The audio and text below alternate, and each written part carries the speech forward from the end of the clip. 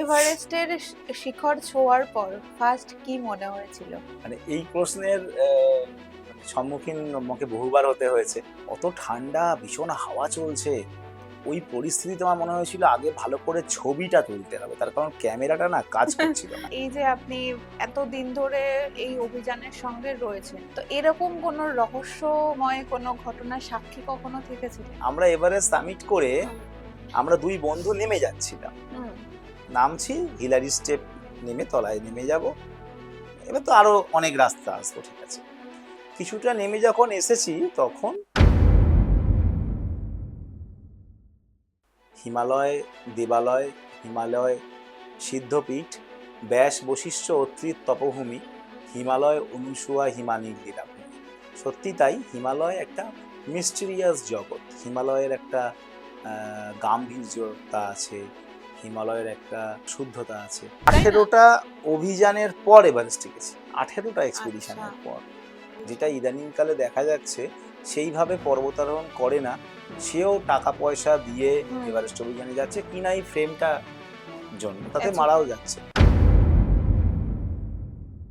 ধরুন আমি এভারেস্টের কথাই বলছি, তো কিরকম খরচ হতে পারে আর গভর্নমেন্ট থেকে কি হেল্প পাওয়া যায়? কৈলাস আজও অব্দি কেউ সামিট করতে পারেনি। কৈলাস কেন এত না, রহস্যময়? আমি এটা ব্যাখ্যা করে দিচ্ছি। শুধু তো আমি করলাম, আমি গেলাম, ছেলে মেয়েদের পাশে আছি, ঠিক আছে, স্টেজে উঠছি, ফুল মিষ্টি দিচ্ছে, স্মারক দিচ্ছে, ওটা কিন্তু আমার জীবন না।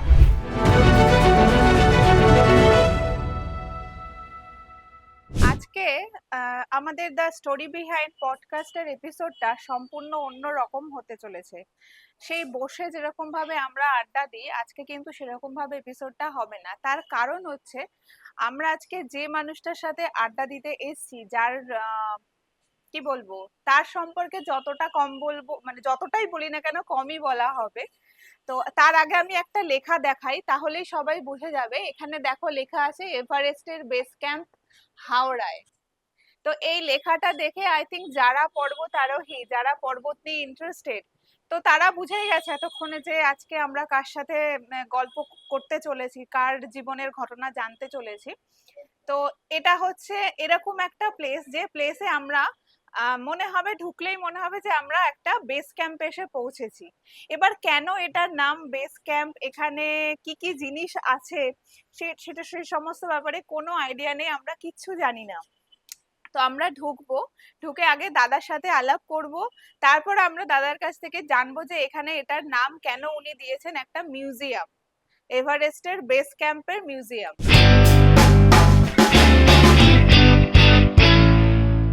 সবাই নিশ্চয়ই দেখে বুঝে গেছো যে আজকে কার সাথে আড্ডা হবে।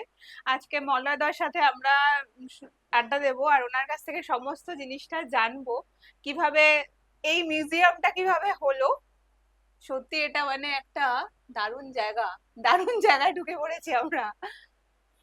ওয়ালটা যেরকম ভাবে সবাই ক্লাইম্ব করে, এটা আর্টিফিশিয়াল, দাদা এটা অরিজিনালি এটা কাজ হবে? হ্যাঁ, অরিজিনালি কাজ হবে, মানে এটা একটা ছোট্ট বোল্ডার আমরা বলি, আচ্ছা মানে আর্টিফিশিয়াল ক্লাইম্বিং ওয়াল, যেটাকে বৃহৎ আকারে বলা হয়। এটা যেহেতু ছোট ঘরের মধ্যে, এটা ইনডোর বোল্ডার বলা যেতে পারে এটাকে। এখানে আচ্ছা, এটা কিন্তু প্র্যাকটিস করার জন্য। করা যায় হ্যাঁ, প্র্যাকটিক্যালি প্র্যাকটিস করা যায়। ক্লাইম্ব করার জন্য। এই যে ধরারও জায়গা আছে, এবং প্রত্যেকটা ধরার প্লেস গুলো আলাদা আলাদা। আলাদা আলাদা। হ্যাঁ হ্যাঁ, এই যে, কোনোটা ইন কাট, আউট হ্যাঁ। কাট, এরকম বিভিন্ন রকমের হয়, যেরকম হোল্ডস গুলো সেরকম ভাবে আছে। আরো একটা জিনিস, এই যে এটার হিস্ট্রিটা কি দাদা? এটা আমার খুবই ঘনিষ্ঠ পর্বতারোহী ভাস্কর মুখোপাধ্যায় আমাকে দিয়েছেন। ওনার বাবা শৈলেন্দ্রনাথ মুখোপাধ্যায় তেনজিং নোরগে এবং এডমন্ড হিলারির আহ, মানে সিগনেচার কালেক্ট করেছিলেন। তো এই রিসেন্টলি 29শে মে, যেদিন এভারেস্ট দিবস, হুম। সেই দিন খুব অবাক করে দিয়ে এরকম একটা মূল্যবান জিনিস এই সংগ্রহশালায় রাখার জন্য উনি আমার হাতে তুলে বলে দেন। দিয়েছিলেন। তো খুব দুষ্প্রাপ্য জিনিস হ্যাঁ, এটা। হ্যাঁ, যেটা আমাকে উনি দিয়েছেন। সিগনেচার গুলো, এটা কত সাল আছে? হ্যাঁ, 1953 প্রথম কভারে 1953। Postal and টেলিগ্রাফে। তো সেইটা ভারতীয় ডাক বিভাগের সেই এনভেলাপ এবং ডাক টিকিট লাগানো আছে, হুম। তার ওপরে ওনাদের সিগনেচার করা, যেখানে দেখা যাচ্ছে যে তেনজিং নোরগের ছবি, সেই 1953 সালের সালের, হ্যাঁ। এভারেস্ট বিজয়ের সেই ছবি রয়েছে, তার ওপরে এটা করা রয়েছে। এটা কি? এটা কাঠের আইস অ্যাক্স, এটা প্রাচীনকালে ব্যবহার হতো আচ্ছা। এবং এইটা তেনজিং নোরগে যিনি হাউস ফিজিশিয়ান ছিলেন, হুম।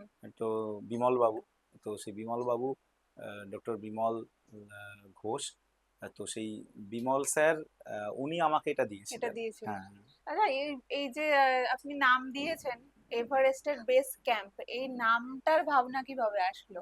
আসলে আমার মামা হয় সম্পর্কে, হুম। সেই মিন্টে মামা আমরা বলি, অপূর্ব চক্রবর্তী। সে খুব আচ্ছা। মজার মানুষ, তার বাড়ি চন্দননগর। আচ্ছা। তার ফ্ল্যাটের নাম হচ্ছে বেস ক্যাম্প।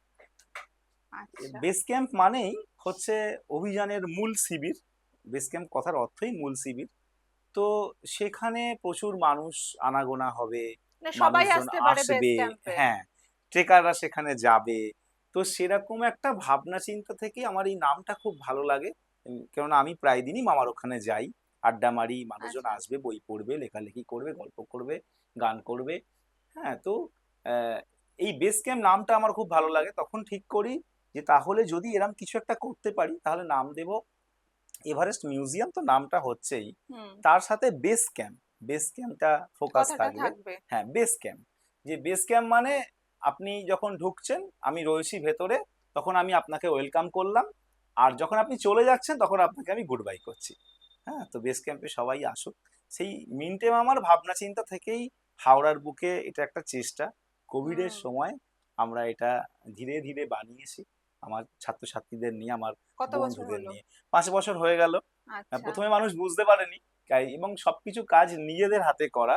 মানে প্রত্যেকটাই। এখানে একটা কথা বলি, এখানে আমি নয় আমরা, আমার নয় আমাদের, মানে এটা কিন্তু সবার। এখানে প্রচুর ছেলেমেয়েরা আসে, অন্যান্য দেশ থেকেও মানুষজন আসে, অনেক স্কুলের বাচ্চারা আসে, এবং তারা, তাদেরকে বলি সবার ফোন করে অবাধ আসতে। আগমন। হ্যাঁ, এবং একটা ভালো কালচারকে ধরে রাখা, একটা পজিটিভ এনার্জি এখানে কাজ করে, সেই ভাবনা চিন্তা থেকেই করা। এবং কি শেরপা বন্ধুরা আসে, অন্য দেশ থেকেও মানুষজন আসে এখানে। আচ্ছা। এই যে এই জিনিসগুলো যে আছে। এখানে অনেক ইকুইপমেন্টস রাখা আছে, আচ্ছা, পর্বতারোহণের পাহাড়ের যে। ইকুইপমেন্টস, যেমন ক্যারাবিনার, টিউবলার পিটন বা আইস আইস স্ক্রু আমরা বলি। এখানে জুমার রাখা আছে, এই রোপ আছে, লাইন আছে। হ্যাঁ, এখানে অনেক ইকুইপমেন্টস আছে, ডিসপ্লে করা আছে। আসলে কোনোটা ইউজ হয়েছে, কোনোটা ইউজ হয়নি, এবং যারা ছাত্রছাত্রীরা আসে তারা দেখে, তারা একবার হাতে টাচ করে দেখতে চায়। হুম। এরম জিনিসও আছে আমার এভারেস্টে ব্যবহার করা, তারাও আচ্ছা। একবার ছুঁতে চায়। আচ্ছা, এই জুতোটা পরে আপনি 29,028 ফুটে উঠেছেন, এই হুম। জুতোটা কিরাম হয় একবার দেখি, এই জুতোটা একবার ছুঁয়ে কি দেখতে পারি। হ্যাঁ, তো আমরা সেরকম জুতোটাও ভাবে, দেখবো। তো এখানেই এটা আছে না? এই, হ্যাঁ, আমি এটা দেখেছি, এসেই ঢুকে সেই দেখেছি এভারেস্ট সিঙ্গে জুতোটাকে। উঠেছে। এটা আপনি পরে এটা এভারেস্ট পরে আমি চড়েছেন? এভারেস্ট আরোহণ করেছি।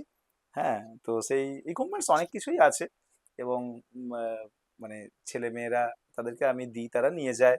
হ্যাঁ, যেহেতু যখন এটা শুরু করি এই সাবজেক্টটা, এই স্পোর্টসটা, তখন তো আমার কাছে কিছু ছিল না, হ্যাঁ। এখন আছে।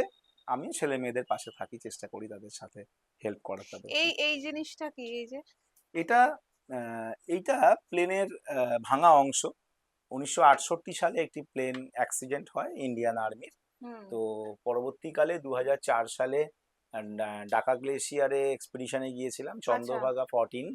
আমার জীবনে ফার্স্ট সামিট হচ্ছে CB14 পিক বা চন্দ্রভাগা 14। হুম। তো সেই আরোহণের সময় আমরা গ্লেশিয়ারের মধ্যে বেশ কিছু জিনিসপত্র পাই, আচ্ছা। সেইটা এসে ইন্ডিয়ান আর্মিকে হ্যান্ড ওভার করি মানালিতে।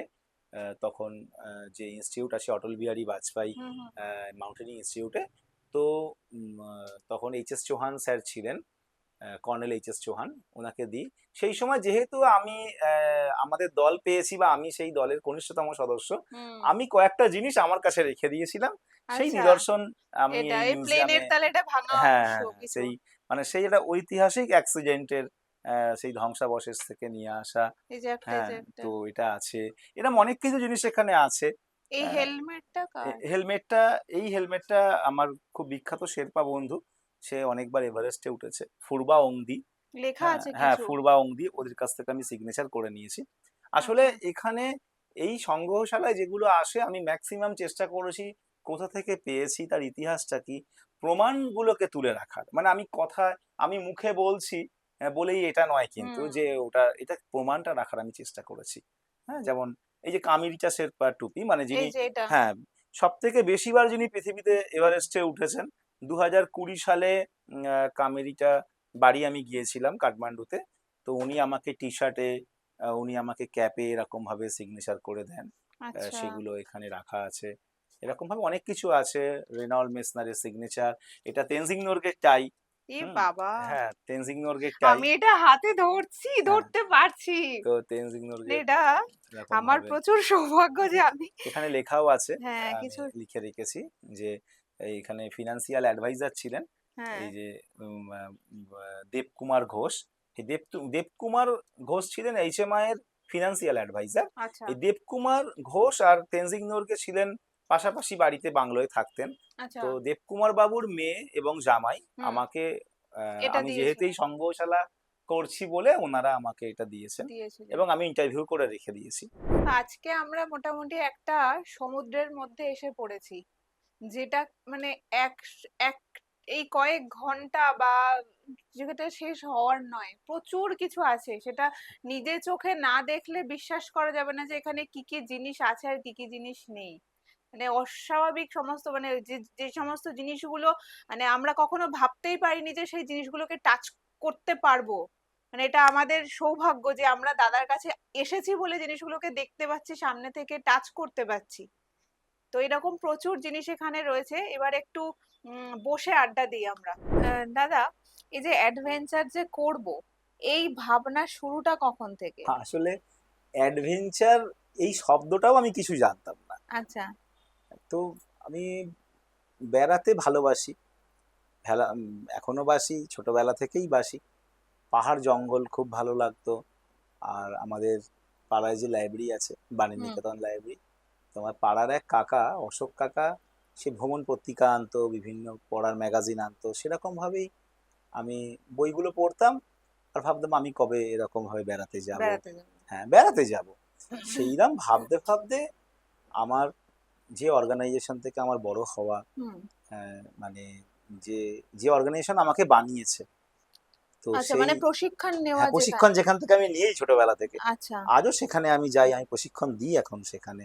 এবং যে অর্গানাইজেশনের মানুষজন আমাকে তৈরি করেছে, সেই Howrah district mountaineers trekkers association, সেইখানের 98 সালে আমি একটি রক ক্লাইম্বিং ক্যাম্পে পুরুলিয়া যাই। আচ্ছা। যেরকম ভাবে এখন আমি বাচ্চাদের নিয়ে যাই, হুম। তখন বড়দের সাথে আমি বাচ্চা গিয়েছিলাম। জুনিয়র। হ্যাঁ। তো সেই ক্যাম্পে যখন আমি যাই, এই ক্যাম্পটা আমার জীবনটা একদম অন্যদিকে নিয়ে চলে গেল। আচ্ছা। আমি এমন কিছু মানুষকে পেলাম আমার জীবনে, আমি খুব অবাক হয়ে গিয়েছিলাম যে এরকমও মানুষ আছে। আমারই পাশাপাশি তারা থাকে, এই প্রকৃতি নিয়ে কাজ করে, হুম। এইসব গ্রামে গ্রামে আসে। তো পুরুলিয়ার প্রেমে পড়ে গেলাম, আর সেই মানুষগুলোর প্রেমে পড়ে গেলাম, মানে আমাদের অর্গানাইজেশনকে যারা চালাচ্ছিল সেই হুম। সময়। তো কত সাল এটা হবে? 98 সাল। এবার সেই সময় আহ, এই 4 দিন ক্যাম্প করে এলাম। হুম। ক্যাম্প করে এসেই তারপরে প্র্যাকটিস ক্যাম্পে গেলাম বড়দের সাথে, সেটাও পুরুলিয়াতেই গেলাম। এইভাবে যখন এটা ঘটছে তখন আমি সাইকেল ভ্রমণ করব, এই হুম। সব ধরনের ভাবনা চিন্তা আমার মাথায় ঘুরতো। আর ওই ট্রাভেল ম্যাগাজিন গুলো পড়ছি। এইটা করতে করতেই পরের বছর আরেকটু বেশি করে শিখলাম, আরেকটু বেশি করে জানলাম, ক্লাবে রেগুলার যাচ্ছি, এই বিষয়গুলো নিয়েই আলোচনা হয়, আড্ডা হয়, হুম। সেখান থেকে সমৃদ্ধ হচ্ছি। এরম করতে করতেই 1999 সালে আমি গাড়োয়াল হিমালয়ের একটা অভিযানে বেরিয়ে পড়লাম। আচ্ছা। পর্বত অভিযানে বেরোলাম এই ক্লাবের সাথে। এই যখনই গেলাম আরো মানুষকে চিনলাম, হিমালয়কে কতজন দেখলাম। ছিল তখন? একটা বিশাল টিম, প্রায় 24 জনের একটা দল। আচ্ছা। তার মধ্যে সব থেকে জুনিয়র ছেলে আমি। এই বেরিয়ে পড়লাম। বেরিয়ে যখন গেলাম, প্রায় 1 মাস হিমালয়ে থাকবো, পায়ে হেঁটে যাব, গোমুখ দর্শন করলাম, গোমুখ দেখলাম, তপোবন গেলাম, সফল আরোহণও হলো। কিন্তু আমি তখন বাচ্চা ছেলে, আমার হুম। আমার এখতিয়ার ছিল ক্যাম্প 1 পর্যন্ত যাওয়া। তো আমি প্র্যাকটিসও করি, খুব ভালোভাবে গেলাম গ্লেশিয়ারের ওপর দিয়ে। তো এই হচ্ছে আমার হিমালয় দর্শন শুরু হলো। আচ্ছা, তখন তো বয়সও কম, যে হ্যাঁ, এবার বাড়ির থেকে ছাড়লো মানে কোনো। হ্যাঁ, মা বাবা এটা বুঝেছিল যে ও যেটা করছে ভালো কাজই কিছু করছে। আচ্ছা। তো পাড়ার কিছু ভালো মানুষজন তারাও ট্রেক করে, হুম। তাদের সাথে ও যাচ্ছে মানে ও ভালো কাজই কিছু করছে। তো তাহলে ওর ইচ্ছা হয়েছে ও যাক, তার কারণ আমি ছোটবেলা থেকে তো প্র্যাকটিস করি। হুম। তো শারীরিকভাবে কোনো প্রবলেমের ব্যাপার ছিল না। তো সেরকম ভাবেই আমি প্রথম সেই অভিযানে যাই। তারপর ট্রেনিং নিই। হুম। আমি এই বিষয়গুলো নিয়েই যে পড়াশোনা হয় সেগুলো করি। মানে দার্জিলিংয়ে যে ট্রেনিং হয়, বেসিক কোর্স, অ্যাডভান্স কোর্স, এগুলো করি। এগুলো করতে করতে যেরকম হয় না, জগৎটা অনেক বড় হুম। হয়ে গেল। আর আমি খুব মেলামেশা করতাম মানুষের সাথে, আরো আপন করে নিতে পারতাম মানুষকে। তো যখন আরো বড় হয়ে গেল, সেইভাবেই ভাবতে ভাবতে 2003-এ স্বরাজ দার সাথে, যে দাদা আমার সাথে ছিলেন, হুম। স্বরাজ ঘোষ, মানে আমার সাথে ছিলেন না, আমি ওনার সাথে ছিলাম। তো সেই স্বরাজ ঘোষের সাথে গঙ্গাসাগর থেকে হাঁটা শুরু করলাম ও, গোমুখ যাব বলে। দেশকে দেখবো, জানবো, এটা গঙ্গাকে ফার্স্ট দেখবো। ছিল? হ্যাঁ, ফার্স্ট ব্রেক আমার জীবনের, হুম। মানে এত বড় একটা ঘটনা ঘটতে চলেছে হুম। অ্যাডভেঞ্চার জীবনে, অ্যাডভেঞ্চার দুনিয়াতে, এখানে বেঙ্গলে, যে এরকম দুটো ছেলে পায়ে হেঁটে সাগর থেকে গোমুখ যাচ্ছে। এটা একটা মানে বিরল ঘটনা। এবং আমার বয়স তো অনেক কম তখন, যে এরম কাজ করছে।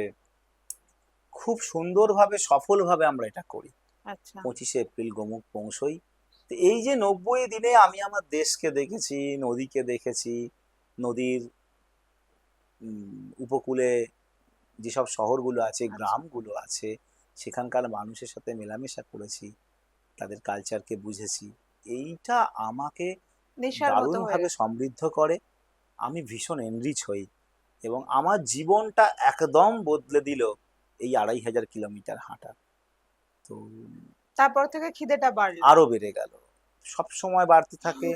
অভিযানের পর অভিযান, একটা থেকে এসে আরেকটায় চলে যাওয়া, সাইক্লিং করা, এরম করতে করতে করতে করতে যখন এভারেস্ট করে ফেললাম, হুম। অনেকে ভাবলো "ও, তাহলে 2016 সালে এভারেস্ট করলাম, 9 বছর হয়েছে, ও তাহলে মলয় অনেক অভিযানের পর এভারেস্ট করেছে, ঠিক আছে এবার একটু শান্ত হলো"। হুম। ঘটনাচক্রে এভারেস্টের আগের পর্বতারোহণ জীবন আমার, এভারেস্টের পরের যে 9 বছর, আমি অনেক বেশি মাউন্টেন বা অ্যাডভেঞ্চারে যাই এভারেস্টের পরে। আচ্ছা। হ্যাঁ, তো আরো খিদে বেড়ে গেল।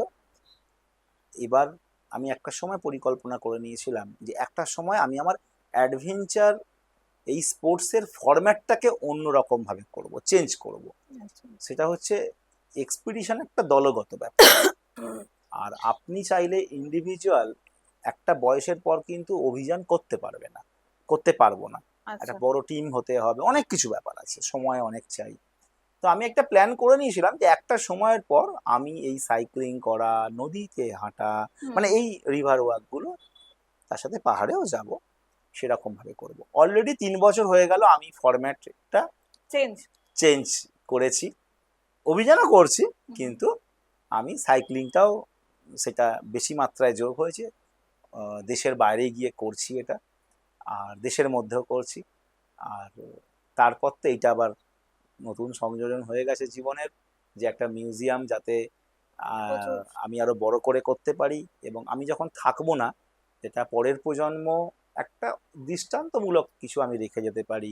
যে শুধু তো আমি করলাম, আমি গেলাম, ছেলে মেয়েদের পাশে আছি, ঠিক আছে, স্টেজে উঠছি, ফুল মিষ্টি দিচ্ছে, স্মারক দিচ্ছে, ওটা কিন্তু আমার জীবন না।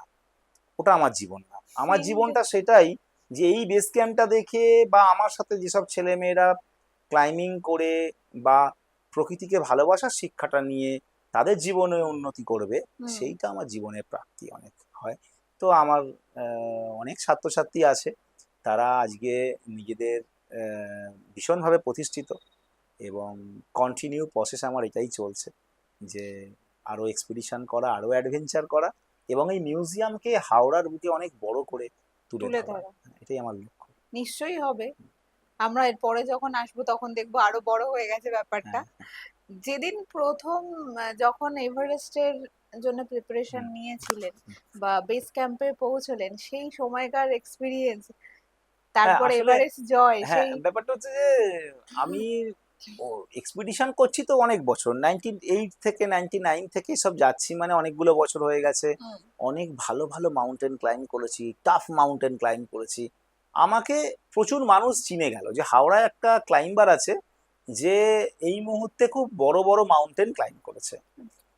কিন্তু এভারেস্ট যে যাব এটা আমি স্বপ্নেও কোনোদিন ভাবতে পারিনি যে এভারেস্ট নেই ভাবতে পারি। তো এভারেস্ট যাওয়ার জন্য যে মানুষটা আমার পাশে সেই 2010-এর পর থেকে আছে, হুম, সেই মানুষটার নাম দেবাশিস বিশ্বাস। এই আচ্ছা। মানুষটাই আমাকে উৎসাহ দেয়। উনি প্রথম সিভিলিয়ান বাঙালি যিনি এভারেস্ট আরোহণ করেন, উনি আর বসন্ত সিংহ রায়। তো হুম, এই বসন্ত বাবু, দেবাশিস বাবু বা দেবাশিস দা, বসন্ত দা, এদেরকে দেখে অনেক শিখেছি। এবং এই দেবাশিস বিশ্বাস আমাকে প্রথম বলেন যে মলয়, তুমি এত ভালো ভালো মাউন্টেন ক্লাইম্ব করেছো, আমার সাথে তোমার এত ভালো সম্পর্ক, তুমি এত হুম, আসো আমার অফিসে, কিছু বললেই তুমি সব সময় হাসি মুখে বলো দাদা আমি করে দিচ্ছি। হুম, হ্যাঁ, তো একটা কাজ করো, তুমি এভারেস্টটা অন্তত চেষ্টা করো।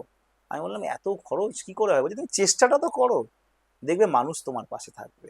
সত্যিই তাই, ওনার উৎসাহে আমি চেষ্টা শুরু করলাম এবং তারপর দেখলাম যে মানুষ স্বতঃস্ফূর্ত আমার পাশে থেকেছে।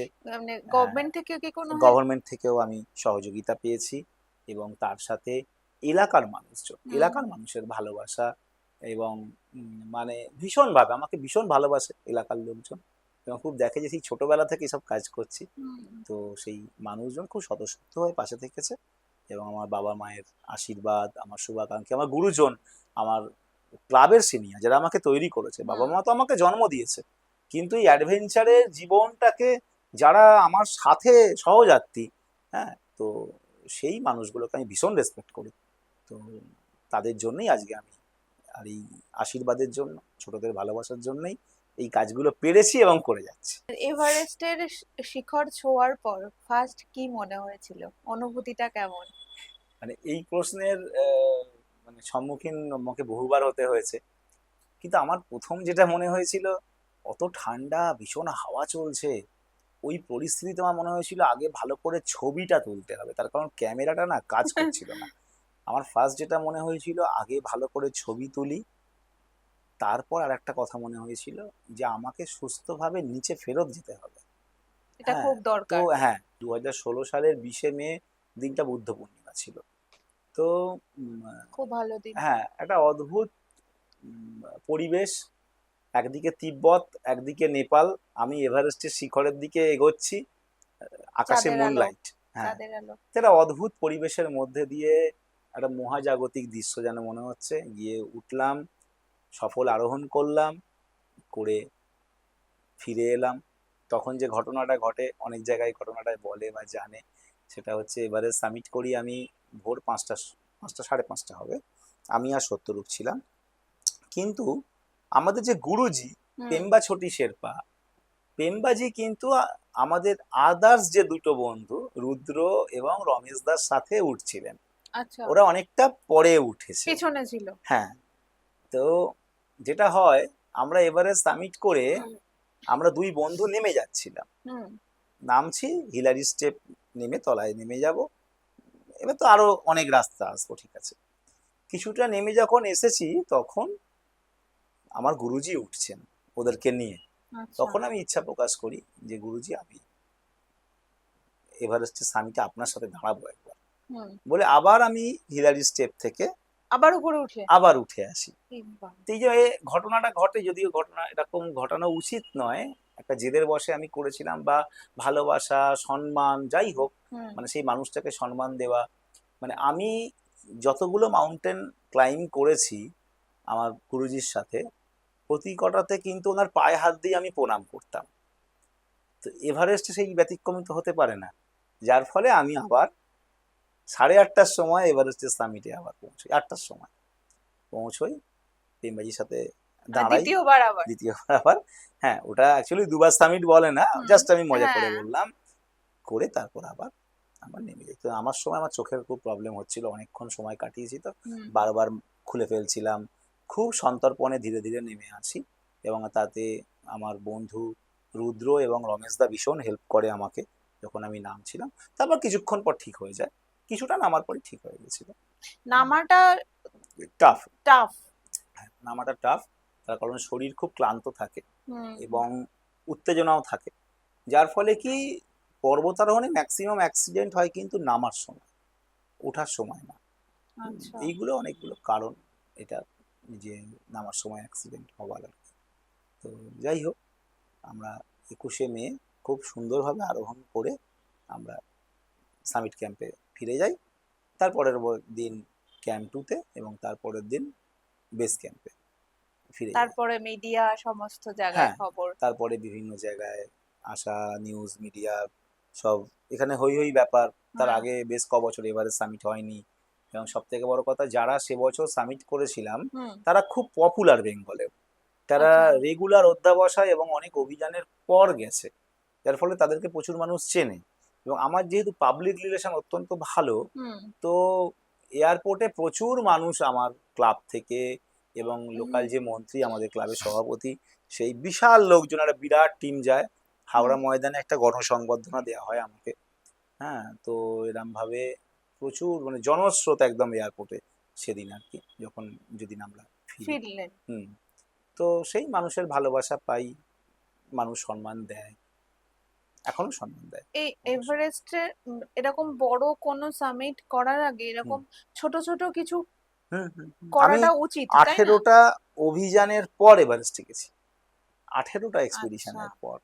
তো আমি অনেক মাউন্টেন ক্লাইম্ব করে তারপর এভারেস্ট অভিযানে গিয়েছি, তো অভিজ্ঞতা সঞ্চয় করে হুম। তারপরই কোনো পর্বতারোহীর এই রকম ধরনের অভিযানে যাওয়া উচিত। উচিত। যেটা ইদানিংকালে দেখা যাচ্ছে, সেইভাবে পর্বতারোহণ করে না, সেও টাকা পয়সা দিয়ে হুম। এভারেস্ট অভিযানে যাচ্ছে কিনা এই ফ্রেমটা জন্য, তাতে অ্যাচিভ মারাও করে। যাচ্ছে আচ্ছা, কোথায় কোথায়। এই জিনিসটাও অনেক সময় শোনা যায় যে বডি পাওয়া যাচ্ছে না। হুম। এটা এটা কেন হয়? না, আসলে একটা উচ্চতায় একটা মানুষ মারা গেল, হুম। সেখান থেকে অন্য অভিযাত্রীরা নেমে এলো, হুম। কদিন স্নোফল হয়েছে, সেখানে পাওয়া যাবে না। বা এমন ঢালে তার বডিটা ছিল হুম। যেখানে দেখা গেল যে খুব খাড়াই ঢালের মধ্যে ছিল, অ্যাঙ্কার করা ছিল বা কিছু, সেখানে দড়িটা পচে গিয়ে নষ্ট হয়ে গেল বা কিছু জার্কিং এ হয়ে গেল, সে কোনো খাদে তলিয়ে চলে গেল আচ্ছা। তার বডিটা। তো ওই জন্য বডি অনেক সময় পাওয়া যায় পাওয়া যায় না, না। পাওয়া যায় না। আপনি তো করেছিলেন অনেক বছর আগে, হ্যাঁ, 9 বছর হয়ে 9 বছর গেছে। হয়ে গেল। 9 বছর হয়ে গেছে।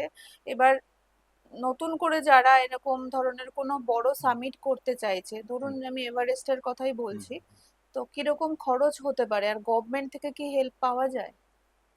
দেখুন, গভর্নমেন্ট, পশ্চিমবঙ্গ সরকার হেল্প করে আচ্ছা। অভিযানে, কিন্তু তার কিছু ক্রাইটেরিয়া আছে। আচ্ছা। তো সেই ক্রাইটেরিয়াগুলো যে ফুলফিল করবে, তার পাশে পশ্চিমবঙ্গ সরকার আছে।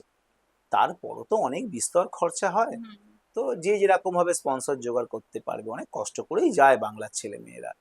এবং যেটা হচ্ছে, এই মুহূর্তে একটা এভারেস্ট অভিযানে খরচা খুব কম করে হলেও 30 লক্ষ টাকা। 30 লাখ। হ্যাঁ, 30 lakhs খরচা হবে। আমাদের সময় তখন অনেকটা কম ছিল, আমরা বড় টিম গেছিলাম, একত্রিত ভাবে গেছিলাম, হুম। হয়ে গেছিল আর কি সেরকম ভাবে।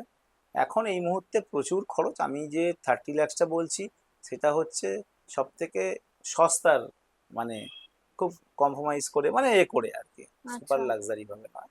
তো যাই হোক, তো সেই হচ্ছে খরচা। এখন সোশ্যাল মিডিয়াটা একটা বিশাল বড় ফ্যাক্টর হয়ে দাঁড়িয়েছে মানুষের কাছে, কিছু দেখানোর জন্য, শো অফ করার হুম। জন্য। তো এই ক্ষেত্রে কতটা এফেক্ট?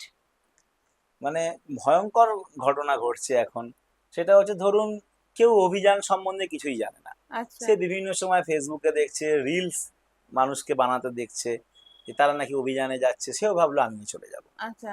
তো গিয়ে যেটা মুশকিল হচ্ছে, প্রচুর অ্যাক্সিডেন্ট হচ্ছে, এবং মানুষজন কিচ্ছু বোঝে না, ট্রেনিং জানেও না, ছাড়া। ট্রেনিং ছাড়া, জানার চেষ্টাও নেই।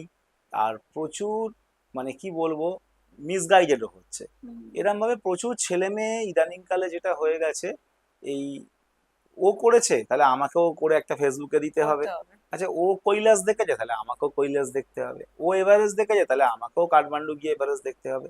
তো এই যে ঘটনাগুলো, সেইগুলো হচ্ছে কিন্তু, মানে একটা ভয়ঙ্কর দিক তৈরি করছে এই সোশ্যাল মিডিয়ায় শো দেখে, অফ।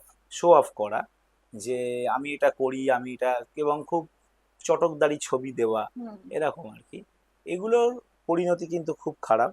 তার কারণ হচ্ছে তারা যারা যাচ্ছে তারা নিজেরাই কিছু বোঝে না। এখন দেখা যায় না অনেক কোম্পানি আছে যারা বিভিন্ন মানে কি বলবো চোখে লাগার মতো বিভিন্ন অ্যাড দিচ্ছে যে এই খরচে আমি এই ট্রেকিং করিয়ে দেবো, এই খরচে আমি এই দিয়ে আর দেবো সেই সস্তায় কোনো ভালো জিনিস হবে না, মানে হয় না জেনারেলি।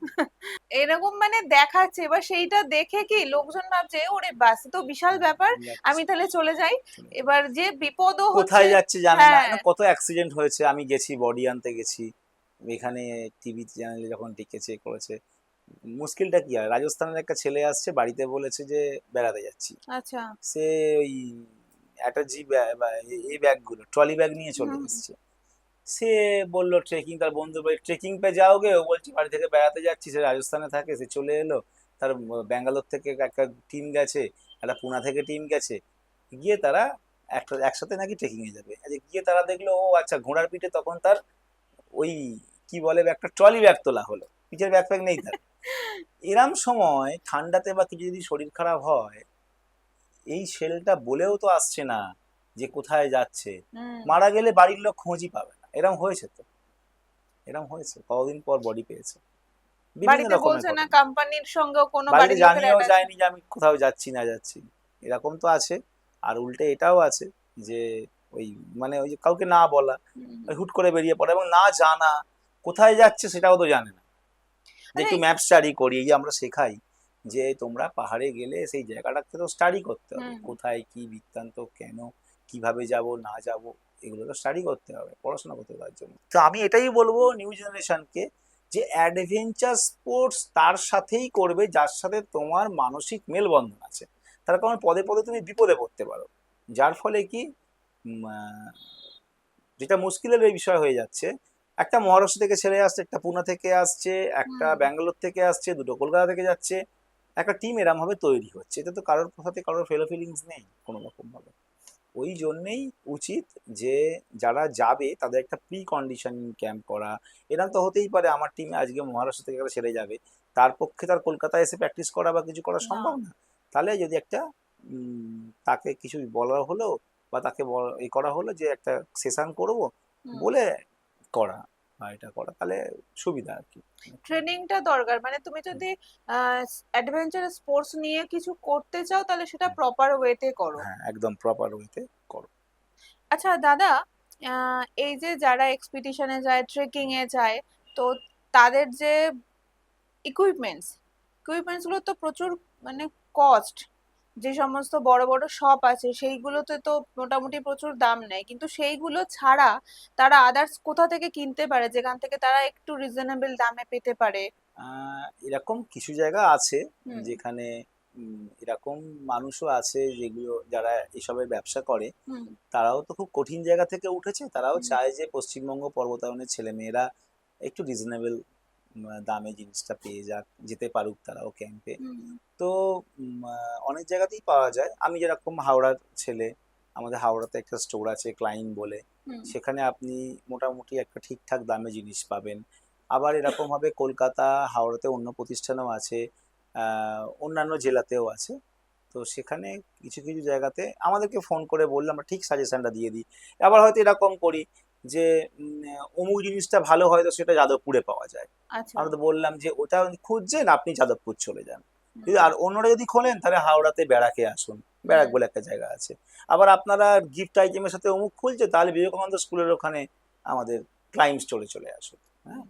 এরকম ভাবে আমি সাজেশন দিয়ে দিই। আর আপনি তো হিমালয়ের অভিযানের সাথে বহুদিন ধরে হুম। আছেন, তো সেই এক্সপিরিয়েন্সটা একটু আমাদের সাথে শেয়ার হ্যাঁ, আমি করুন। তো দীর্ঘ বছর সেই ছোটবেলা থেকে যাচ্ছি। হ্যাঁ, হিমালয় ভীষণ সুন্দর, ভীষণ সুন্দর, মানে ভীষণ সুন্দর। আমি আন্দিজ গিয়েও দেখেছি, আমি রাশিয়াও গেছি, ককেসাসে, আজারবাইজান, জর্জিয়াতে গত বছর অভিযান হলো সেখানেও আমি ছিলাম, পামির মালভূমিতেও গেছি, কাজাখস্তান, আচ্ছা। কিরগিজস্তান। তো তাতে প্রচুর। আমি দেখেছি, এটা আমার নিজের দেশ বলে বলছি না, হিমালয় অসম্ভব সুন্দর। মানে হিমালয় দেবালয়, হিমালয় সিদ্ধপীঠ, ব্যাস বশিষ্ঠ অত্রিত তপভূমি, হিমালয় অনুসুয়া হিমানীর লীলাভূমি। সত্যি তাই, হিমালয় একটা মিস্টিরিয়াস জগৎ। হিমালয়ের একটা গাম্ভীর্যতা আছে, হিমালয়ের একটা কি বলবো শুদ্ধতা আছে। হিমালয় একদম অন্য ঘরানা। এর সাথে অন্য কোনো কিছু মাউন্টেনের চলে না। ব্যাপারটা আসবে না। তার আধ্যাত্মিকতা আছে। হ্যাঁ, তার বলবো না, তার একটা ভাইব্রেশন আছে, পজিটিভ কিছু ফিল ভাইব্রেশন আছে। করেছিলেন কখনো এরকম?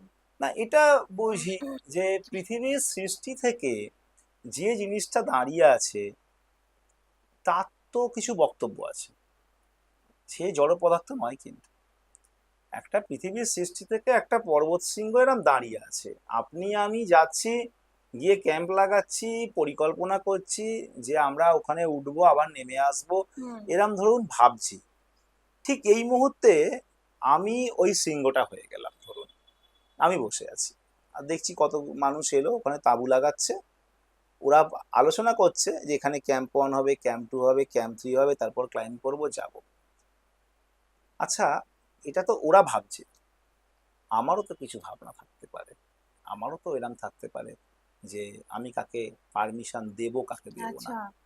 হ্যাঁ, এটা আমার মনে হয়েছে যে এই যে পর্বত শৃঙ্গ আমি দেখছি, এ যদি চায় তাহলেই আপনি যেতে পারবেন, না হলে না। না হলে পারবেন না। এই যে এত ভাস্ট একটা সাবজেক্ট হিমালয়, এত বড়, পৃথিবীর একটা বিশাল আকার জায়গা ধারণ করে আছে, এই হিমালয় পর্বতমালার তো অনেক অনেক গল্প আছে, অনেক কিছু স্টোরি আছে। আমরা কতটা জানি, আমরা পৃথিবীতে কদিন আছি, হুম। বা কতটাই বা হিমালয়ে গিয়েছি, কতটা গেছি আমরা, এই বলে দেয় না মানুষ, ও হিমাচলটা তো এবারে করে দিলাম, হয়ে গেল হিমাচল শেষ, হুম।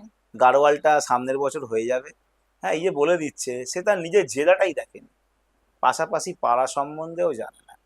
সে বলেছে দুবার হিমাচলে গিয়ে বলছে হিমাচল নাকি দেখা হয়ে গেছে। হ্যাঁ, তো এটাই মনে হয়েছে যে হিমালয় তার আলাদা গাম্ভীর্যতা আছে, হিমালয়ের আর একটা আলাদা ভাইব্রেশন আছে। হ্যাঁ, ফিল তো করতে হবে। হ্যাঁ, এটা ফিল করার জিনিস, এটা ওরকম ভাবে বলা জিনিস না। উত্তরাখণ্ড, হিমাচল, কাশ্মীর এইসব জায়গা থেকে তো আপনি বহু বছর ধরে ট্রেকিং করছেন, করে চলেছেন। তো আগে তো এত বেশি এত প্রবলেম হতো না, এত প্রাকৃতিক বিপর্যয় আসতো না, কিন্তু ইদানিং করে প্রচন্ড পরিমাণে জিনিসটা বেড়ে গেছে। তো আপনার কি মনে হয় এটার কারণটা কি? আহ, আমি দেখতে দেখতে হয়ে গেল প্রায় 27 বছর যাচ্ছি। এইটা এই লাস্ট বছর বেশি মাত্রায় দেখা যাচ্ছে। হুম। সেটা কিন্তু ইনফ্রাস্ট্রাকচার ডেভেলপ করেছে বলে। আগে যে মানালি যেতে ভোর থেকে সন্ধে হয়ে যেত, হুম। সেই মানালি এখন একটা ইনোভা গাড়িতে 6 ঘন্টায় পৌঁছানো যায় চণ্ডীগড় থেকে। তো এই যে রাস্তাগুলো তৈরি হচ্ছে, কমিউনিকেশন এত হ্যাঁ, ভালো। এই রাস্তা তৈরি হবার জন্য যেটা হচ্ছে, পাথর ভাঙা হচ্ছে, হুম। পাহাড়ে গর্ত করা হচ্ছে, গাছপালা প্রচুর কাটা হচ্ছে।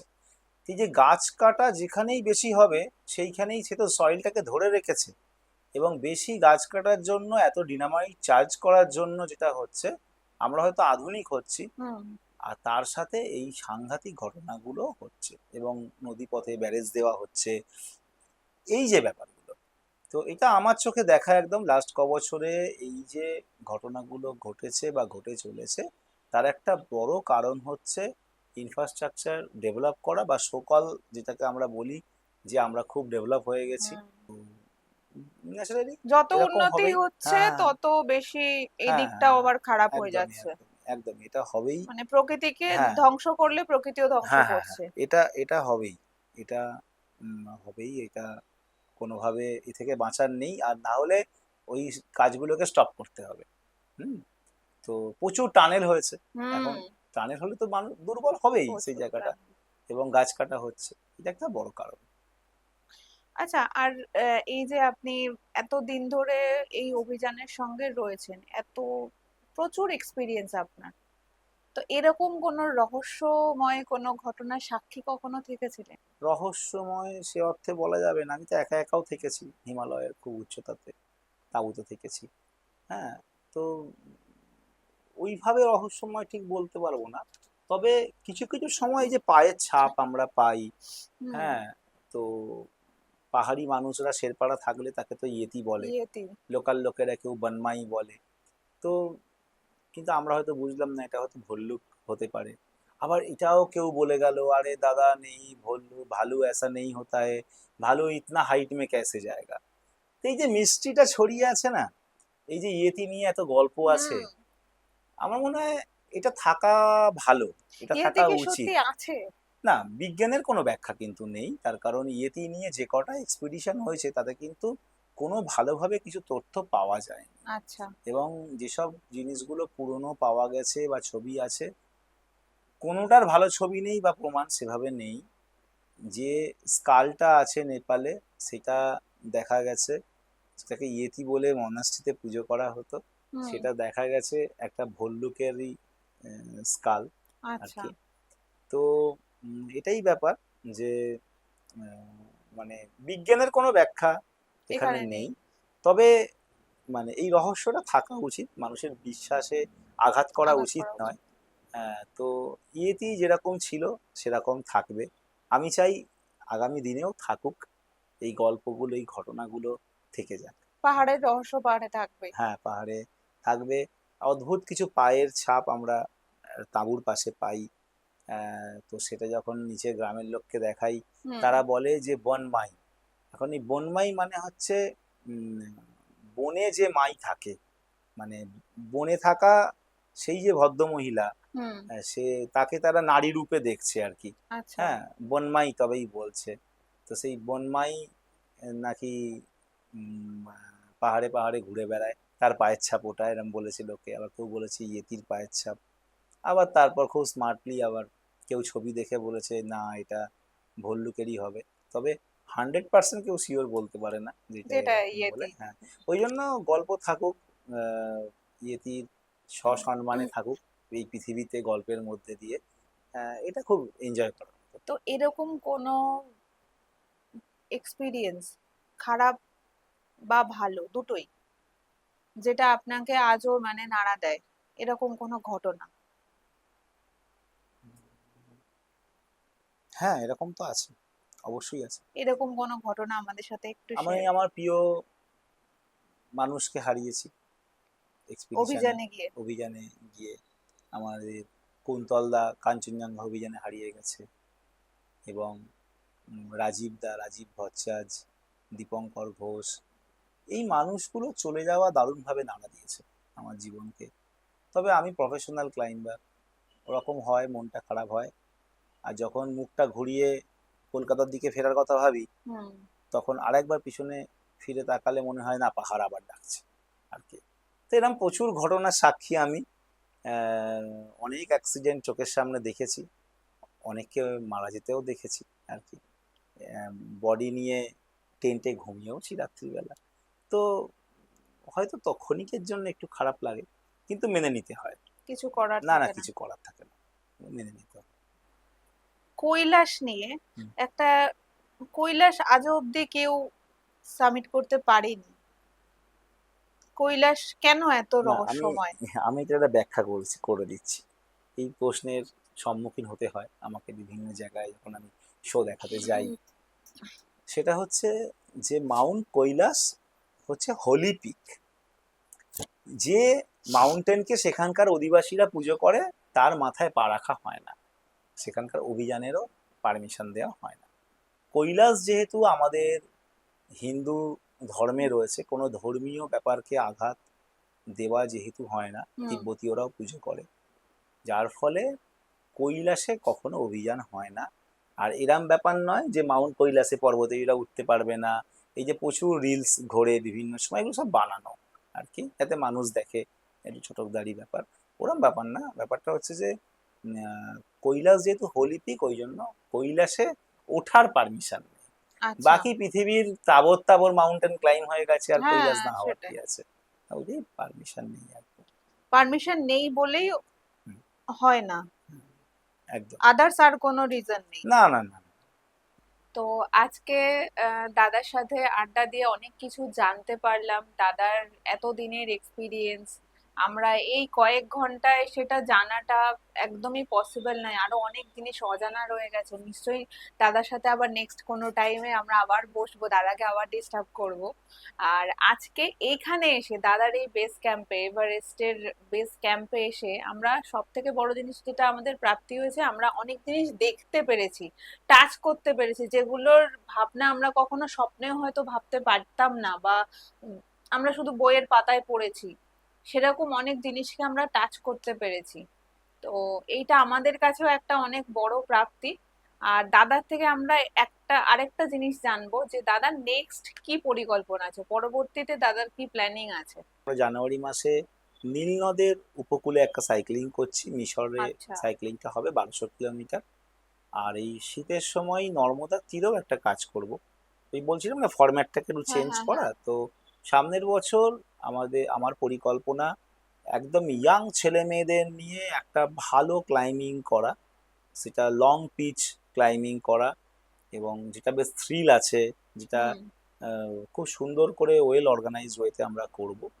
তার সাথে সাথে মানে ক্লাইম্বিং, সাইক্লিং, এবং সেটার সাথে সাথে সামনের বছর বেশ কয়েকটা অভিযানের সাথে আমি জুড়ে থাকবো। হুম, এবার দেখা যাক, সবটাই তো পরিকল্পনা, সেটাকে তো বাস্তব রূপ নিশ্চয়ই। দিতে হবে। আর আমরা আসবো এই দাদার এই পরিকল্পনাগুলো বাস্তবায়িত হওয়ার পর, আমরা সেই সব এক্সপিরিয়েন্সের গল্প শুনতে দাদার কাছে আমরা আবার আসবো। তো আজকের এপিসোড আমাদের এখানেই শেষ করছি। আবার দেখা হবে অন্য কোনো সময়ে অন্য কোনো স্টোরি বিহাইন্ড নিয়ে। তো দাদাকে অসংখ্য ধন্যবাদ যে আমাদেরকে এতক্ষণ ঠিক টাইম আছে, দিয়ে ধন্যবাদ। দিয়েছেন আপনি। আর অনেক কিছু জিনিস জানতে পারলাম, দেখতে পারলাম। তো সবাই ভালো থাকবেন, সুস্থ থাকবেন, আর অবশ্যই আমাদের চ্যানেলটাকে সাবস্ক্রাইব করবেন, ভালো লাগলে শেয়ার করবেন, কমেন্টে জানাবেন যে আপনারা আরো কি ধরনের মানুষের গল্প শুনতে চাইছেন। নিশ্চয়ই আমরা চেষ্টা করব যে সেই সমস্ত মানুষদেরকে আনার, আপনাদের সামনে তুলে ধরার। তো থ্যাংক ইউ সো মাচ। সবাই ভালো থাকবেন, সুস্থ থাকবেন।